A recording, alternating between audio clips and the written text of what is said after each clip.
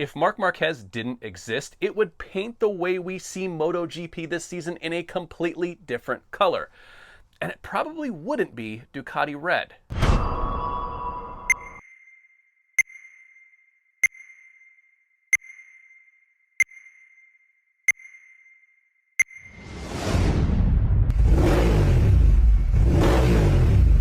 Welcome back into another edition of Monday Morning MotoGP, and we're going to talk about everything from the Hungarian Grand Prix weekend. But before we do, if you could please like, follow, share, subscribe, mash all the buttons so you get all the MotoGP content you can possibly handle. And fun fact, we basically respond to every single comment. We're here to talk to you all, so come on and talk to us.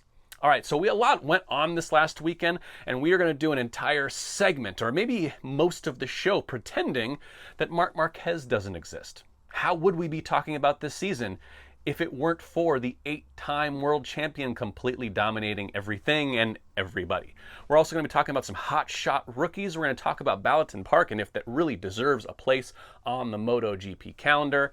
But first, I am going to talk a little bit about Marc Marquez. Now, the reason I want to touch on this now is that it was something said by Davide Tardozzi this weekend that felt a little familiar and not in a good way. Now, as we know, Marc is dominating the scene this season in MotoGP. I mean, it's basically unprecedented the way he's going about his business. And a lot of you out there in internet land had him cooked. I was reading the comments, oh, Marc crash. He'll never win another title. He'll never be back to the top. What a loser. His days are behind him. All the stuff that was being said about Marc during that really tough time at Honda. And it was a really tough time. But one thing you can't say about Marc Marquez in his last season and a half at Honda is that he wasn't fast. Marc Marquez has always been next level fast. The problem at Honda was every time he tried to go fast, the machine tried to kill him. And that's not an exaggeration. We look at this guy riding that Honda. No one else could ride the motorcycle. No one, not even close. When Marc was missing the season, missing the time, there was no one that could come over there and actually run good lap times, competitive lap times on that Honda. Marc could. Yes, he would have to get a toe in qualifying, playing a lot of tricks and mind games, but he was still qualifying on the front two rows when he wasn't sending the bike to the scenery in the most spectacular way. So speed has never been a problem. And now he's over with Ducati, once again, healthy and showing that speed. There's no doubt the Ducati is a better motorcycle than the Honda was in 2021, 22, when it was trying to actively unalive him at every single turn. So were we expecting anything less? Marc Marquez on the best bike being blindingly fast. But it's something that Davide said this weekend that reminded me of something that Alberto Puig used to say, which when he would get grilled a little bit about the state of the development of the motorcycle. Now, Marc was the only one that was fast, and so the reporters would often ask them, well, the bike only seems to work for Marc. Are you concerned? And they would blow off these concerns. Hey, we're leading the world title. 2019, the most dominant season for any MotoGP rider. Why are you guys complaining? Why are you fielding these questions at me as if we don't have a good motorcycle? But it was because the cracks were starting to show in Honda's exterior. No longer could two riders ride this bike. There was no Danny Pedrosa to be the second fiddle. I mean, not that Danny ever needed to be a second fiddle to anyone, but you know what I mean. You didn't have two riders on that Honda doing well. It was Marc Marquez and everybody else. And now we look at this season in Ducati, and I think Marc being there is masking the problems that Ducati may be having. Now, we all know that Pecco is having a dreadful year on the 2025 bike. It doesn't suit him at all. He's going slower than ever. But if you look around, yes, Alex Marquez is having a good year. He's starting to taper off.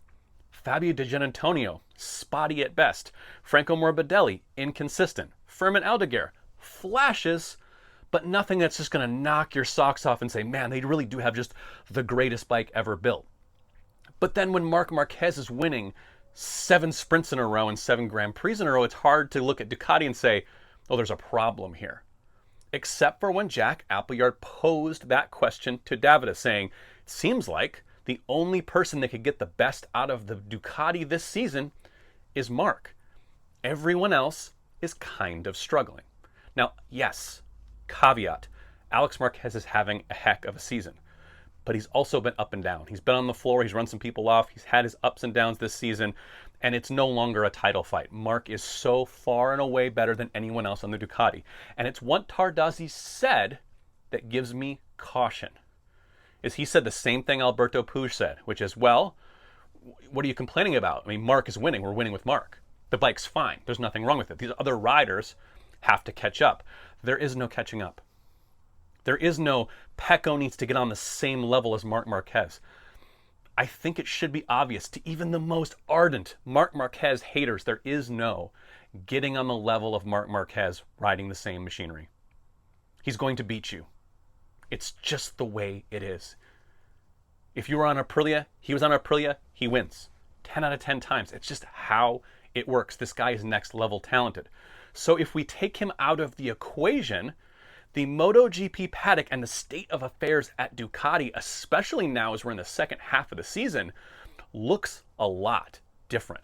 But we're going to get back to that later in the show. But I promise you, from this moment on, Marc Marquez, for the sake of this episode, does not exist. Banish him from your memory. Now, before we get into it, I do want to talk about these outstanding rookies in Moto 3 and Moto 2. We talked about it a little bit last week, but yet again, in Moto 3 especially, we had two rookies literally elbows out crossing the finish line in Moto 3. A very tight race with some second and third year Moto 3 riders mixed in, but it came down to the two rookies going bar to bar. Max Quiles, Valentin Peroni. I mean, these kids are for real. They've both figured out the Moto 3 category, and they're both very, very fast. And you look at the first half of the season where Jose Antonio Rueda was just running away with it still. I mean, he was like 80, 85 points ahead of everyone else coming out of the summer break. They are now making him look slow. Now, it looks like Rueda will move up to Moto 2 next season, but he's not the exciting rider in Moto 3 right now. These rookies are outshining anyone. Yes, Angel Piqueras is still right there. Was it David Munoz? Like, we have guys in this category that are exciting, but Max and Valentin Peroni, they're just knocking our socks off the last couple weeks. And if they keep it up, they're going to be the ones that everyone in Moto 2 is talking about. Rueda could still win the world title, but it's these rookies that's going to leave that lasting picture in our minds. And where did this Peroni kid come from? I'd never even heard the name, really, in a real sense, until I saw a viral clip of him losing it, going onto his elbow, and then popping the bike straight back up. Never heard of the kid. All of a sudden, he's on poles, competing for the front of the Grand Prix. Amazing for him, but boy, did he come out of nowhere, at least for me. Maybe I haven't been paying as much attention to Moto 3 as I should be. And then we go to Moto 2 and we have David Alonso, who, again, out of nowhere, comes through the pack, doesn't run in the front this entire race. I mean, this was a one-on-one battle between Diogo Moreira and Manu Gonzalez for bragging rights about who is going to go into that MotoGP category. It looks like it's going to be Moreira, but Manu Gonzalez wants to prove why. Why should it be him? Why not me? I'm the fast one. I got to go ride the Aprilia over there. Did everyone forget they were impressed by that? And now we're looking at this kid? No. And then David Alonso came through and said, well, you guys can hold my beer. I'm coming through. First ever Moto 2 win. He's figuring out this Moto 2 category. As soon as he figures out qualifying, you're all done. This kid is so freaking quick.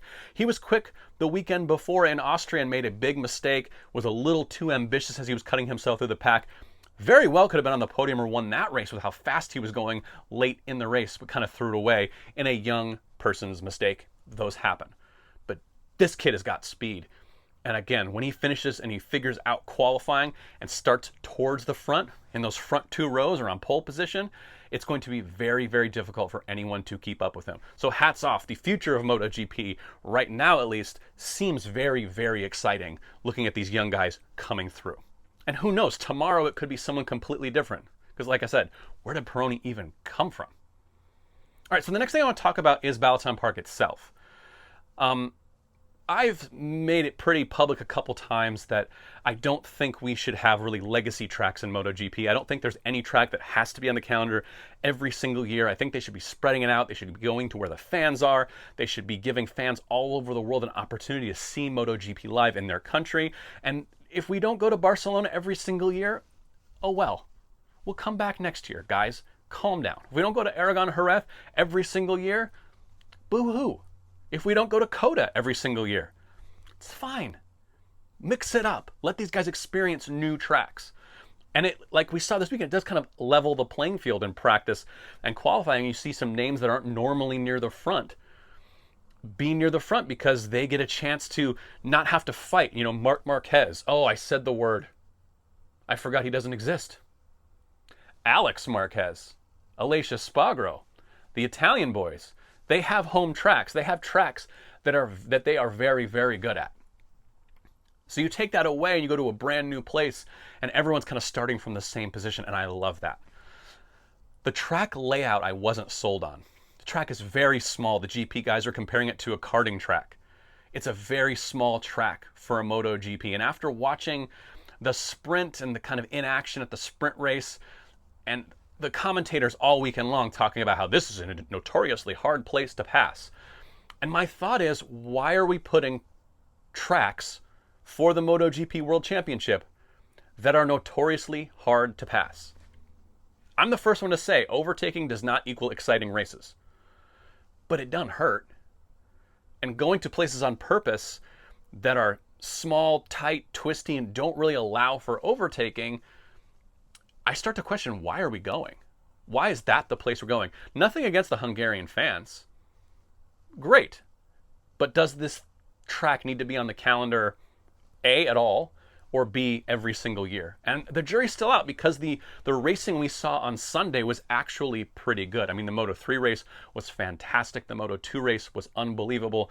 And even the MotoGP race, tight and twisty nature left for a very chaotic first corner. We had a Nea Bastianini's crash, which was a little bit scary. But that's no different than any other track that has a chicane like that. Like, those types of crashes can happen at a lot of tracks, not just this one. So I can't say that it was a bad place to go, but I do question just the thought process of, yes, let's add a track to the MotoGP calendar that's hard to pass at. They say the same thing about Valencia every year. Oh, it's notoriously hard to pass. Yet the final round of the season is played in a track where the action is limited. Now, what you're going to say to me is, well, we did have a lot of overtaking in this race. Yes, we did. But I think part of that, after looking at the race, I think part of that is that people that were making the passes were out of position grid-wise. And it's why they came through, and it's why they were able to make those passes. Now, there's a rider that doesn't exist that kind of got roughed up at the beginning of this race and was in third place and had to work his way back to the front. If he'd just gotten the whole shot, gone, done, over, no one's catching him. Then you had Pedro Acosta, who was out of position on the grid. Should have been on the front 2 rows for his practice speed on Friday. Has a horrible qualifying, has that crash, tries to salvage himself a top 7, 8 in qualifying yet again. But he should not have been where he was at the start of that race. So when he's carving through these guys, it's kind of inevitable. He's going to pick his spot. He's just faster than the guys in front of him. And the same thing with Jorge Martin. His problem, not dissimilar from David Alonso in Moto2, is that Jorge Martin hasn't figured out how to qualify on the Aprilia quite yet. But his race pace is front running. So it's why he can go from 16th to 4th and make us think, oh, this track, this is easy to pass. No, he was just a lot faster than the guys in front of him that were out of position. You look elsewhere in the race, there wasn't a lot of really great overtaking. Even Luca Marini trying to overtake on Franco Morbidelli, it kind of took like a penalty Frankie move back one place for Luca to actually get that pass to stick. So I'm not yet jazzed on Balaton Park as a permanent fixture or even a semi-permanent fixture on the MotoGP calendar. I'm glad the Hungarian fans got to come out, but a lot of the Austrian fans didn't go to their home Grand Prix because this one, word on the street, was a little cheaper. So you have, Europe, Austria, Hungary, right there. A lot of GPs in a very small area. Do they need to be on the calendar the same exact year? Or should we be looking to alternate and move around and not really stick this as, oh man, this is one of the classics? Because I don't think it is. I think the race on Sunday, the GP race, all the races were really, really good. I think if it weren't for Martin and Acosta and the rider that doesn't exist being a little bit out of position in the first lap, I think this race is a pretty big snooze fest. I don't think anyone really moves anywhere. You can call me a liar. You can call me wrong. Hit me in the comments with what you think. But that's just my overwhelming opinion. Overwhelming, that's the wrong word. But let's move on, because I do want to talk about the state of MotoGP, and most specifically the Ducati dominance. We've heard for seasons now, and it's only really been 3 seasons where Ducati has won the world title. But the Ducati Cup, oh, MotoGP is boring because of the Ducati Cup. There's a long time where it was the Honda Cup, and there was a long time where it was the Yamaha Cup, and Ducati wasn't very good. And then it was, oh, it's boring. They got 8 Ducatis on the grid, and it's the Ducati Cup. This weekend didn't look like the Ducati Cup. I mean, you have Marco Bezzecchi, factory Aprilia, in front of the Ducatis. You had Jorge Martin on a factory Aprilia in front of the Ducatis. Pedro Acosta, Luca Marini. You have to go down to 6th place in Franco Morbidelli to find the Ducati Cup. And then after Morbidelli, you have Binder and a test rider of Polo Espargaro on a KTM in front of other Ducatis, in front of the next Ducati of Pecco Bagnaia. This is no longer, or at least this last couple of weeks, is no longer a time where we just see Ducati 1 through 6, that's it. Now, Ducati's still at the top of the championship, but the way Marco Bezzecchi is outscoring both Alex Marquez and Pecco Bagnaia, he's storming to the front of this championship. We were talking about him overtaking Pecco. He could overtake Alex. If he keeps getting on podiums and Alex's form continues to dip, which Alex is looking a bit erratic these days with the penalties and the riding on the line, he looks a little flustered. He's starting to pull more Alex's than I want to see, especially that he's on my fantasy team. Bez has a chance to work himself all the way to the top.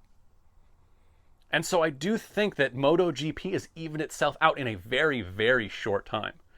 You want to complain about the Ducati Cup that lasted 3 years? Be my guest. But KTM and Aprilia and even Honda have really come here to play. And I think if we get to a track, maybe even like Barcelona, that suits the Yamaha better, we're going to see Fabio Quartararo join that party a little better as well. They've been in the top 10 more often than not on Friday. They're beating Ducatis on Friday. They're out-qualifying them on Saturday. Their race pace, still a lot to be lacking there. So I think when you look at the state of MotoGP, and what do we want? We want parity in MotoGP. I think we're getting a lot closer to that right now than we've ever been, because this 2025 Ducati ain't it. It's not a step forward. And as much as Davide Tarazzi wants to say, wow, we're fine. Some of the riders just got to get used to it, but we're fine. I don't know. And again, this is only the couple races, starting from the end of the summer break or the beginning of the summer break through the second half of the season, that we're starting to see KTM be very strong and Aprilia be very, very consistent. And yes, Marco Bezzecchi, Pedro Acosta, fantastic riders, but they're giving them machinery that can really compete with Ducati. And so I do think this narrative that it's the Ducati Cup, if we haven't seen it die already, it's going to be on its way out very much. Now, I will give them a little bit of credit. On Saturday, we did see both Franco Morbidelli and Fabio Di Giannantonio on a sprint podium, which is massive for them, huge for VR46. On Sunday, they really didn't have it. Obviously, Digia had that problem with his bike before the race even started, but that's like the cracks in the shell of Ducati, is reliability issues start to creep in. And you're losing your speed. You have your stars who are saying, I used to be able to go really fast on this bike, and I haven't found it yet. Now, Pecco says he might have found something this weekend that may work in the future, but as far as this race goes, he was kind of nowhere, mid-pack at best. And this Ducati domination doesn't do mid-pack at best. They do podiums or bust. They lock out podiums week after week. It's not what we saw this weekend. We saw Pedro Acosta, Bezzecchi. Yeah, Morbidelli got to be the top independent team. Wave the flag. Yee, good for us. So I want to kind of put it out there and really get this conversation started is, do we think that the Ducati domination, this was a couple of rounds, that they weren't as strong at? Or do we want to say it might be the end of that Ducati domination era, and we might be moving into a new era where everyone is a lot closer? And then in 2027, who freaking knows? There's going to be a whole new rule book to find loopholes and little things to tweak in there. But as for right now, I think when we look at Austria, a track that Ducati should have dominated from top to bottom, and they just did not. It's pretty surprising. And I think it bodes well for the future of MotoGP as a competitive series with lots of different characters, lots of different manufacturers, lots of different riders, and nobody on the paddock, nobody on the grid is named Marc. I don't know who that is. Anyway, that does it for this show of Monday Morning MotoGP. Please stick around tomorrow for I Told You So Tuesday, where I go through my pre-race weekend predictions and see how I fared. Yeah, I don't want to go into it now. Anyway, thank you for watching. We'll see you next time.